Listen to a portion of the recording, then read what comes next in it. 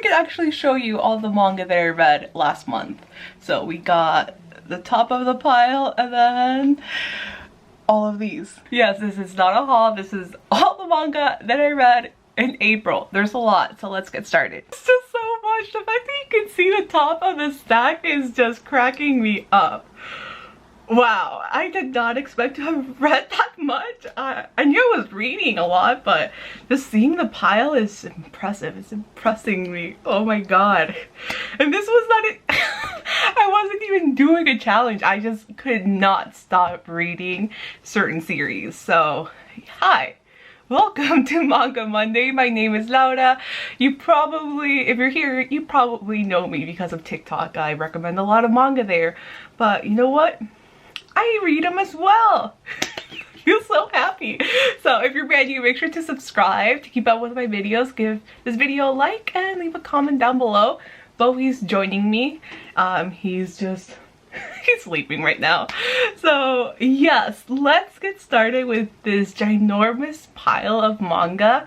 I'm going to start off with from oldest to newest. So the first manga that I read in April, I did make a video on TikTok about it. It is Play It Cool Guys, which is a very silly it's a very silly, derpy, wholesome manga about a group of guys that appear very stoic and cool on the outside, but they're such dorks. I don't know, I related so much to them because on the outside, if you don't know me, I appear very, and I've been told this several times, I appear not intimidating, but just very disinterested in everything.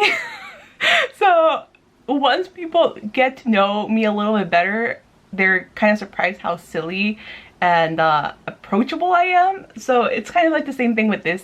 So they look really cool, stoic, like they don't really care about anything, but they overthink everything. They make really dumb mistakes. They trip, they fall, they spill stuff. So it's just a very wholesome, sweet manga about really derpy guys. And you get the profiles of each guy. They have their own section, but later in the manga they do meet one another, so it's kind of interesting seeing their dynamic. There's younger guys, there's teenagers, there's an adult who works in an office. So there's, I don't know, I like the variety. I feel like this has a lot of potential to just be like a very enjoyable, funny series. Another thing that sets this manga apart is that every single page is colored. I really liked it. Yes, it does make the manga more expensive than your traditional, you know, manga, but I liked it. It was something interesting. So I really enjoyed this. It's very silly. There's no romance drama or anything like that, but for that reason, I really liked it. Another new series that I checked out was Donuts Under a Crescent Moon. I did make a video about this. This is amazing, beautiful, definitely one of my favorite first volumes that I read recently. It is about two adult women in the workplace. You have Hinako right here, and then you have Asahi. Asahi is in her, I believe, early 30s or late 20s. She's this very shy, introverted person, kind of keeps to herself. And then you have Hinako, who has been trying her best to fit into societal norms. So she's trying to find a partner, going out on dates with guys, but nothing really works out for her. And then you have people in her life being very worried that she's getting older. She needs to settle down and fit in with society. People are wondering if she's okay because she's alone. So you have that dynamic going on of somebody who's really trying hard to fit in and then somebody who doesn't care. And it's really interesting seeing their dynamic, seeing her opening up to letting someone into her life and her just trying to figure out what she wants in life. So she does kind of figure out that, okay, maybe she's not straight. Maybe she does not want to settle down with a guy. So I loved it. I thought it was beautifully written. The artwork was lovely as well. And it was something relatable for someone who's, you know, in her 30s, just trying to fit in with societal norms and settling down and all of that stuff. So yes, I really enjoyed it. I loved it so much. I highly, highly recommend this one. A manga that I read last month that I just didn't connect with, and I spoke about this on TikTok, was Socrates in Love. I bought this at Book Off. This is an older shoujo beat manga, so it's intended for, you know, teenagers, and it was sweet. I mean, it was sweet. It was definitely a childhood friends to lovers trope, which I love that. You guys know that. But something about the characters, I just did not connect with them. Yes, it did make me cry because the female lead does end up getting a very bad illness that gets progressively worse very quickly. But apart from that, like I said, I didn't really connect with this. Yeah, didn't really like it. What else can I say? Let's keep going. There's another Yuri title in this mix. I have I Love You So Much I Hate You, another manga that I did make a video about. This is yes, both of these are Yuri titles, but very different titles. This is wholesome and sweet. This is dramatic and spicy. So there is explicit scenes in this one. There is some infidelity drama, but it also deals with two women in the workplace. So that was I really enjoyed that actually. So you have the boss and you have someone who works in her team. So there is that plays into the drama, just trying not to get caught by the other co-workers and bosses and stuff like that. But yeah, it was really interesting. Again, I found the two female leads very well written. There's also a lot of the societal pressures that women face. With her, since she's the one that was married, she gets pressured by her husband's family to, you know, maybe quit working and settle down, have children, all that stuff, but she just wants to remain, you know, this really badass career woman. So there's that. And yeah, and then it just follows their relationship, her trying to figure out what she wants out of life. Does she want to quit her job and, you know, just stick to being a housewife, or does she want to remain being this badass career woman? So yeah, I really did enjoy this. It's definitely for mature audiences, so if you're a kid, do not buy it. Do not buy it. Don't, anything that's wrapped in plastic, if you're a young teen, do not buy it. Just wait your time. There's a lot of great romances that teens can read, but this is definitely for adults. Then some of the series that I follow did get updated in April. So we have Fly Me to the Moon Volume 4. This volume was also covered in the anime. I believe Volume 5 might be the last volume that was in the in season 1 of the anime. So Volume 6 will be something brand new, but this is just enjoyable. I love Nasa and Tsukasa Yuzaki.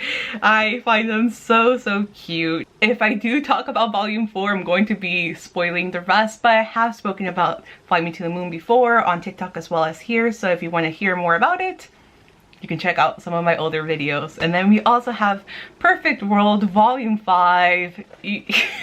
You guys know that I love this series so much. Yes, it's super sad. Yes, I did cry once again. I can't read Perfect World without crying, but I will say this was the least sad volume so far, which was good, but still it was sad. We do get introduced to a few new characters in this series, well, in this volume actually. We get introduced to a few new characters in this volume. I feel like the mangaka just enjoys seeing us suffer in Perfect World. Like, we get introduced to such a lovely character, and then all of a sudden, pain, a lot of pain. And then, yeah, I still hate the nurse slash caretaker. That's all I'm gonna say. I don't want to spoil it, but yes. And then the last page in this volume, I was just like, like, shit's gonna go down in Volume 6. Yeah, shit's gonna go down. So I am looking forward to Volume 6. Perfect World, it's so good. I just want them to be happy. And then we have A Sign of Affection, another new series. This is so beautiful. Oh my god, I cannot say enough great things about this series. It is a romance. It's set in college life, so younger adults. So we have Yuki, who's the deaf girl, and then Itsuomi, who is this foreign guy in her college, very stoic, but you know, even for a stoic guy, he does attract a lot of people, and it's just a beautifully written romance. I mean, there's not a lot of romantic moments in this, but there are some very, very sweet moments. So we have Yuki, the deaf girl, who has a very limited worldview. She's very shy, very introverted, and then you have the fact that she's deaf in a, you know, in a hearing ableist world. And Itsuomi, who is this world traveler, he speaks multiple languages, he has a lot of friends, so his worldview is super wide, and the story follows him letting her see the world through his eyes, him wanting to learn more about her world. He becomes very interested in sign language, and just their interactions are so pure and sweet, and there's so much good intention on his behalf on trying to like learn more about her without pushing her too hard. So yes, it's beautiful. And like I said, the artwork is absolutely stunning. Let me see if I can find one of the pages that I'm just kind of like, you know, that I was kind of blown away with. So yeah, you have very sweet moments, and I can't wait to read volume 2. But yeah, the artwork is absolutely beautiful. So yes, we have that. Very promising start. And then we have a series that I've spoken about quite a bit on TikTok. We have An Incurable Case of Love featuring Dr. Tendo. I read all 7 volumes. So this is a complete josei series. Josei is in romance manga intended for adult women. Definitely in that target audience. It is funny, it is sweet, it is witty, it has its spicy moments as well. I was pleasantly surprised by that. I didn't think it was gonna get that graphic, but it did, and it was great. So the story follows Nanase, who is this nurse. When she was a teenager, she was walking around and she saw an elderly lady collapse. So she stopped and tried to help her, and then comes Dr. Tendo, the knight in shining armor, who is this, of course, a doctor, and basically kind of saves the day. And that very quick interaction with him when she was younger kind of it was definitely like love at first sight for her, and it led her to want to become a nurse and help out other people and hopefully work along with him. So yes, it sounds all good, and it sounds like a freaking, I don't know, fairy tale. But once she does complete her nursing school, she starts working at the same hospital as him. Things do not go as planned. So this is kind of a spoiler, but I mean, it happened so early on in the series that it's not that much of a spoiler. She confesses her love to him, he turns her down, then she becomes all the other nurses who are super nosy and fun. I freaking love the nurses and the other doctors in the hospital. So she gets given the name the Valiant One because of her confession, her getting turned down literally on the first day of her job. And then Dr. Tendo gets nicknamed the Dark Lord. It's so ridiculous but funny. And the series just follows their relationship. It was definitely very hot and cold. Dr. Tendo is your tsundere, is that how you say it? I'll put it here. So it acts very cold and arrogant at first, but then once he warms up, he's actually very sweet. Yeah. It was a great series. I am definitely going to be rereading this. I really enjoyed it. But yeah, a lot of Dr. Tendo. That's basically all my annotations. A lot of Dr. Tendo. He's definitely my #1 manga man. Yes, he's just very dreamy. And I kind of like that he's kind of a jerk, so. Yeah, the series was very well written. I do wish that volume 7 would have been split up into 2 parts, I did feel like the very end was a little rushed, but still, you know, it wrapped things up quite nicely. And yeah, what can I say? I loved Nanase and Dr. Tendo. They were very well written characters. The artwork's also very nice. And yes, there is that. And then by the same mangaka, Maki and Joji, that's her name. I also read SP Baby. This I did not like as much as an Incurable Case of Love. It is just 2 volumes, and I feel like volume 2, which is the last volume, was very rushed. There wasn't a lot of build-up between the male and female lead. Yes, the male lead looks like Dr. Tendo. So yeah, that was a good thing. Female lead was adorable, but again, there wasn't a lot of character development in this series, so although it was fun and entertaining to read, the romance could have been better. They could have had more character development, so I liked it. I'm not going to be reselling it just because I do like Maki's work, but I wouldn't recommend it as much as I would recommend an Incurable Case of Love. So that's SP Baby. Then we have Kamisame Kiss. I love this series. This is a shoujo romance, so intended for younger audiences, but honestly, like, anyone can enjoy it. It's just amazing. Definitely one of my favorite romance animes and series, period. So I ended up reading volumes 1 through 5.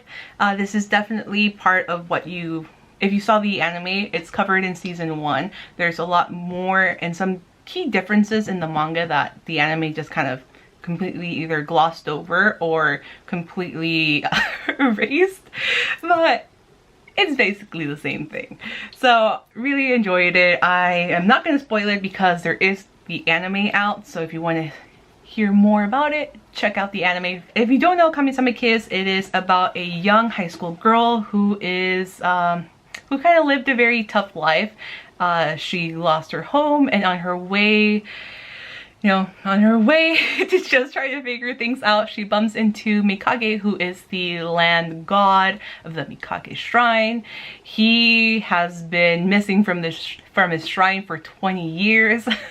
And she doesn't know about him or him being a god or anything like that, but they have this interaction. He bestows her the honor of becoming the next land god. He kisses her on her forehead and gives her like the mark of the god.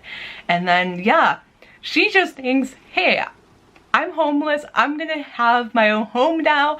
But yeah, she gets turned into a land goddess, and she meets all these supernatural beings, including Tomoe, who's a fox yokai, and it's such a dreamy fox yokai. In terms of male leads in a romance, he's my #1. Like, he's just so dreamy and kind of a jerk as well. So kind of like Dr. Tendo in a way, that he's kind of very cold and arrogant at first, but then warms up very nicely. So yeah, very very funny romantic comedy. Highly recommend. But like I said, it is sold out in a lot of places, so if you can watch the anime, do it. You will not regret it. I watched it again last month and I enjoyed it. It's definitely a very comforting anime for me. A newer series that I checked out was Spy X Family. This is very popular on TikTok. I was kind of hesitant to check this out because it was very hyped for months and months and months. Whenever something is that hyped, I don't know if it's going to live up to the hype, if it's going to be that good. So I'm always very hesitant to check it out, but I did find a few at Book Off. And I said, you know what, let's give it a try. I mean, the worst that can happen is I don't like it and I resell it. But I have to say, I really did enjoy this. So it is a very funny action-based manga featuring a spy. We have a girl who has telepathic powers. We have an assassin, and we have a dog that can see the future. So yes, the spy has to kind of build this fake family in hopes to basically infiltrate this very elite school and try to save, you know, the world with his plan. So yes, volume 1, he's trying to find a daughter so he can get someone into the school. Then you have him try to find like a fake wife. It's a hot mess. Like, I don't know how they're able to pull things off because none of them know about each other's secrets. Like, he doesn't know that his fake wife is an assassin. She doesn't know that he's a spy. The girl, since she's telepathic, she knows everything, but the adults don't know about her powers, so she's just kind of like freaking out. Like, whenever she hears their thoughts, she's like, oh my god, like, what the hell? So it is just so funny and enjoyable. I read through the series so quickly. I cannot wait for volume 5. Like, this has so much potential. I heard that it might get animated. I hope it does, because this would make such an entertaining anime. If you were kind of on the fence to read Spy X Family, I would say go for it. It was so much fun. And last but not least, we have My Dress Up Darling. This will be getting an anime adaptation next year. So this is a very interesting manga. If you go in stores, all 3 volumes are going to be wrapped in plastic, but that doesn't mean that there's sex scenes. There is fan service. If you don't know about fan service, it's basically when you have, you know, the females in very sexually suggestive poses. So boobs up, kind of, you know, butt out, not butt out, but like just posing in a very sexually suggestive way. But apart from that, there's really nothing sexual about this at all. And you have the male lead, who is just a very lovable, introverted loner. He reminds me a lot of Hideki from Chobits. Very inexperienced, very shy, gets easily flustered around women, but he's so sweet. He's honestly, out of the male leads that I've read in my manga, he is one of the sweetest guys ever. He lives with his grandpa. His grandpa makes Hina dolls, so very traditional porcelain dolls. They're they have the hand painted faces, and the garments are all made by hand. So a very traditional, old school, you know, I wouldn't say hobby, but old school art form. There we go. So you have him, and he's very interested in following his grandpa's footsteps. At school, he just kind of keeps to himself, doesn't really interact with anyone until he meets Mirin, and she kind of takes an interest in him. Then she's into anime and cosplaying and everything like that. So they bumped into each other at the home rec area with the sewing machines, and that's how she learns that he can sew, and kind of commissions him to make her a cosplay outfit. And from there, their friendship begins to form, and they learn more about each other. He becomes very interested in her passion for cosplaying, and he really puts in a lot of effort to learn more about her interests. So the character that she wants to cosplay at, he really dives into trying to understand more about the character in order to build her this costume that would be like, that would live up to the character's, you know, greatness. I don't know, but it's just very sweet. Like, you can tell that she was kind of taken back by how dedicated he was, and you know, from there their friendship kind of blossoms, and it's very easy to tell that he's interested in her because she's a girl in every single cover. Like, she's beautiful. She's beautiful. Everybody wants to be around her. She's very outgoing, bubbly, sweet. And you have him who, he doesn't even own any like modern clothing. He just owns his like yukatas and very traditional clothing, and then his school uniform. So I don't know, I feel for the male lead. His name is Wakana. I feel for him a lot. But I found it very sweet that somebody who presents herself as very outgoing and popular has a genuine interest in befriending him. And I mean, it's a romance story, so it does move at a very slow pace, but it feels quite natural for them since they're both they're both 15. They're in high school. So yes, I really enjoyed it. I thought I was going to like it, but not as much as I did. But having that dynamic between the very shy, introverted loner guy and then an outgoing girl who has no ill intentions at all. Like, she's just as like interested in his hobbies as he is with her hobbies. I really liked it. I really did. I can definitely get past the fan service and just, you know, appreciate the plot and the characters for what they are. I can't wait to keep following this series. I hope the anime does this series justice. And yeah, that's basically it. I feel like I've talked so much. Like I mentioned in one of my previous videos, I am doing the main manga I was gonna say May Manga Madness. May Manga Challenge. If you want to keep up with the challenge, I'm posting just really short, informal videos talking about what I read the day before. So make sure to check out my TikTok. And yeah, that's it. Let me know what you guys read in the month of April. If you want to do the May Manga Challenge with me, by all means, challenge yourself to read more manga this month. And yeah, we'll see if I'm able to keep it up. Hopefully, my goal is 1 volume a day. If I can read more than one, then that's great. I really do want to make a bigger dent in my manga collection because I definitely buy more than what I'm able to read in a month. So yes, that's where I'm at. If you're brand new, make sure to subscribe, give this video a like, and leave a comment down below. I'll see you guys very soon in my next video. Bye!